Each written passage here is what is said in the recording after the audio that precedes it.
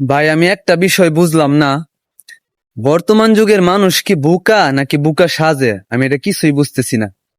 কারণ এই যে উপরে স্ক্রিনে দেখতেছেন আপনারা, মোটু পাতলুর একটা সিন, এটা অনেকেই বলতেছে যে মোটু পাতলু নাকি মারা গেছে, আর কখনোই মোটু পাতলুর ভিডিও দেখা হবে না।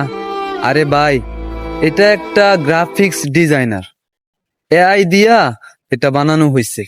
আপনারা বিভিন্ন ভিডিওতে বলতেছেন যে মোটু পাতলু মারা গেছে, আর কখনো মোটু পাতলুর কার্টুন দেখতে পারবেন না, এই সেই বক্কর সকর আরো কত কি।